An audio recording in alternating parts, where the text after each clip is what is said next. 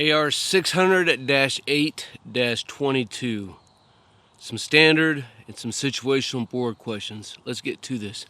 So you know that the regulation for military awards is 600-8-22, and that's the very first thing that you should know, right? Is what is that, the title of the regulation, what is the number? I'm not going to typically ask people what a regulation that covers a specific area is, but you need to know that in order to be able to better effect some quality answers. For example, if somebody asks you a question, a board member asks you a question, say, hey, you know, what is the categories of individual awards, right? You could say, First Sergeant, in accordance with AR 600-8-22, the categories of individual awards are, and then you feed into your answer, right? Does that make sense? Or if you don't know the answer to a question, you could say, First Sergeant, at this time, I do not know the answer to that specific question. However, I would reference AR 600-8-22 to find the information so I could better assist the soldiers who are in my charge. Now, when we do that, again, it just helps give a little bit of a breadth of an answer, but it also ties up a little bit more time, right? It enables you to control the time. You can slow the board down by doing that simple technique and principle. If you have some other techniques of how to get a successful board appearance, man, make sure you leave the comments down below. So we are going to go over pretty much everything I have in my study guide. If you look through my channel for a free PDF study guide, you'll be able to find this dude so you can print it off as well. So that very first question is, what are the categories of individual awards, right?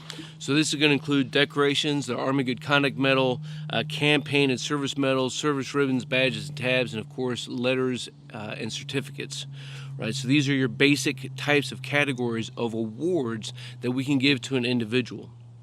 And we should be doing that, right? When somebody steps out and they go above and beyond, you know, what was expected, where they just knock something out of the park, man, it's too easy. In any of these, whether it's a letter, a certificate, and even though it's not in the regulation, man, even a dadgum positive event-oriented counseling will go 1,000 miles. So what form do you submit to recommend soldiers for an award? Of course, that's the DA Form 638. Now, what I'm going to encourage you to do on this is make sure that you always use the latest approved 638. You can get that from Army pubs, right? So what I see a lot in the past is people using outdated forms. That causes stuff to get kicked back. In addition, get with your S1 for a template for an AAM, for an ARCON, for an MSM, whatever it is that you're trying to submit. And then that way you have all the twos, the throughs, and everything else is all G to G. Right? Your S1 should have stuff like that. Now, something that I started a long time ago was taking all of my bullet points from awards and NCRs, and I kind of smashed them all together into one piece of paper, if it will. And so that kind of helps me moving forward because I don't have to try to recreate the wheel. I hope, you know, if that makes sense. What is a Medal of Honor recipient entitled to? So Medal of Honor recipients are entitled to the Medal of Honor roll, a supplemental uniform allowance, air transportation. Of course, they're going to get commissary privileges and ID cards, access to U.S. service academies, exchange privileges, burial honors, and presidential inaugurations. Pretty awesome for dudes who've done awesome things. What is the Purple Heart awarded for? So it's awarded to anybody in the armed forces of the United States that after April 5th, 1917, so that would be when was it established, you've been wounded, killed, or died as due to hostile foreign activity, right? Or hostile foreign force, if that makes sense. So Purple Heart can be awarded to somebody here in the United States as well. So pretty easy answer to kind of smash into something that's a little bit shorter of a duration, but that's kind of the full answer. The next one is, how is the Good Conduct Medal awarded? Now, I'm going to read the answer and I'm going to tell you kind of how it actually happens in reality. So the immediate unit commander's decision to award the Army Good Conduct Medal is based on their personal knowledge of and the individual's official records for periods of service under previous commanders during the period for which the award is to be made. Of course, that's every 3 years. So what happens is on or about the first of the month, your companies get what's called the monthly reports, all of their triple alphas. And one of those reports is nothing but a recommendation from the unit commander for the issuance of a good conduct medal. And so typically the first sergeant and commander, they'll sit down and they'll start circling yeses and nos. So the only reason really why somebody's going to be a no is if they're currently flagged, if they've been under, if they had a previous Article 15 maybe, and that's going to kind of stop that time, or whatever the case is. But in my experience, I've been hard pressed to say no, even if somebody's not the best knucklehead in the world. Man, you've been showing up, you've been doing the right job, you're doing those 4 basic things right, right time, right place, right uniform, right frame of mind. You kind of half-ass squared away. So we're going to go ahead and get this award for you. And I'll tell you that the first one, after the very first 3 years of service, should definitely be given in a formation, right? After that, it may not be in a formation, you may not be giving the actual award, you may just be doing a presentation or talking about it. Maybe it's done in a smaller echelon, whether it's platoon or whatever the case is. But that first one means something. So make sure that you're taking care of your soldiers. And even if they say, hey, I don't want to do my promotion, I don't want to do my award in front of a big ceremony or something, I appreciate you, but that's not up to you. So there are, if you go and you look for, some more standard board questions from AR 600-8-22, you can find all kinds of flashcards and things like that. But that's just kind of a little intro into it. So some situational questions. You have a soldier who's been in your organization for 2 years and is preparing to PCS in 6 months. What are your actions? So what I need to do is I need to understand, and this is where, senior leaders get a little frustrated with junior NCOs and junior officers because they don't have the ability to forecast. So I know I had this date out on the wall, right? And it says that this soldier is going to report, let's just say August 1st.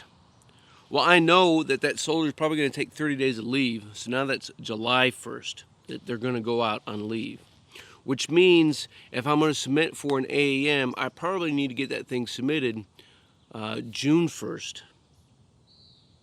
And if it's going to be an RCOM, January, February, March, April, May 1st, right? Even I'm not the best at math, as simple as that is. But 60 days for an RCOM or 30 days for an AAM prior to when I want to give it to them, right?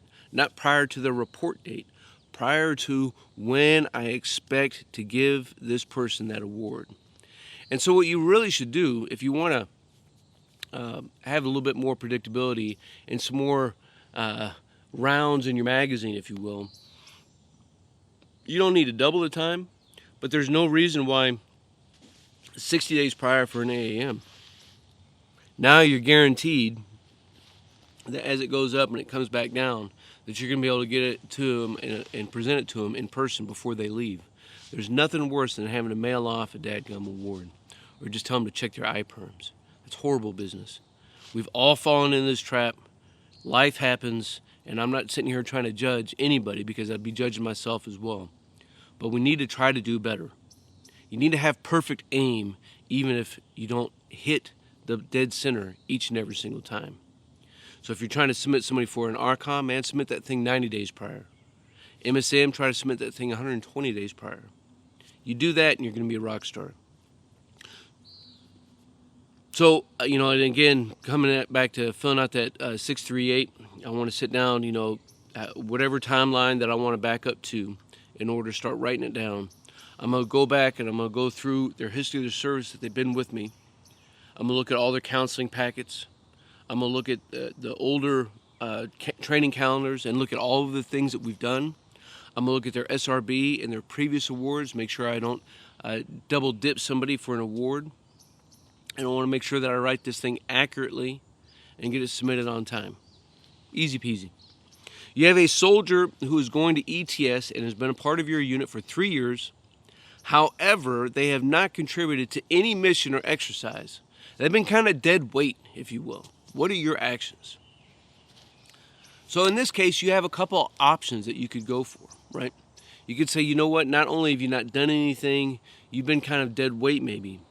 Well, in this case, I'm going to write a memorandum for record and submit that to the company, for the company to submit it to the battalion, of why we're not presenting this person with an award. That's okay if somebody doesn't get an award, right? If somebody hasn't done anything to contribute successfully to the success of the organization, then it's okay to say, you know what, you haven't done what we expected you to do. Appreciate your service. Have a nice day. But if they have, you know, let's make this a little bit more of a positive thing. If they've done a little bit, then it's going to be the same thing. You know, if somebody's going to be PCSing, back up that ETS date, add in their leave date, add in any permissive TDY or CSP or anything else, so that you know when that last day is that they're going to be wearing their uniform coming around to work. And then you back up your 30, 60, 90 days on top of that in order to submit somebody for an award. Now maybe they haven't done anything that's worthy of a AAM. Well, that's okay. You can write a dadgum certificate of achievement. Say thank you for your service. Here's a coin. Now hit the road. I'm just kind of, well, I'm only half joking. Your team has recently supported a core level exercise and you want to recognize their achievements. What are your actions? So here's where some folks get kind of hemmed up a little bit, right? You have a core level impact, right? I'm now impacting a general officer. My influence is above battalion, it's above brigade. It's at the core level. So what do? Well, is it simply because it's a core level exercise I'm going to recommend an MSM? No, that's not what you're going to do. You're going to write that service member for either a certificate of achievement, a letter of commendation, whatever it is, right? You're going to write them up for an AAM, potentially even an ARCON. But going off to support one exercise is probably not going to be enough to show a level of impact that would warrant an MSM. Now, if you had 4 achievements, 4 separate engagements of core level impact or brigade and above impact, then maybe we could start talking about an MSM. If you had 3 of the 4, maybe, right? But it should be much more substantial than just one, like warfighter exercise or something. Hope that makes sense. So when you start thinking about that, you know, as it relates to your awards, let's say you have a whole team that went out to NTC. It was just that team that went out. And now you're impacting, you know, your team, that company, that battalion, that brigade out of NTC. You're preparing them for their wartime mission so that they can head off downrange and do their job, or overseas, wherever it is that they're going to go. What are your actions? Are you going to give everybody the exact same award? Everybody did the exact same thing? No, that's not how that works, in my opinion, right? Maybe if I had a 6-man team, maybe one of them will get an AAM, maybe even one in ARCOM, and then one in AAM, and then some COAs or something. So, you know, the level of impact that a non-leader has, unless they are put into a position, a unique position based off of their skill set, probably is not doing the same thing that a leader is doing. That leader is supervising what that soldier is doing, in addition to, I hope, being that technical and tactical expert. Technical, that's a new word. I'm gonna keep that. That's a combination of technically and tactically, right? Technical. Whatever it was that I said. Just a couple things for your kit bag team. Let me know down in the comments below if it was value added. Let me know if there's another regulation that we need to try to dig into a little bit. I'll tell you that, you know, 600-8-22 is not a small ADP. It's not a huge regulation, but you need to be able to be searching this thing to find the answers for what you're looking for. So I appreciate all you guys, man. You stay out there, you keep grinding, and you stay stoked.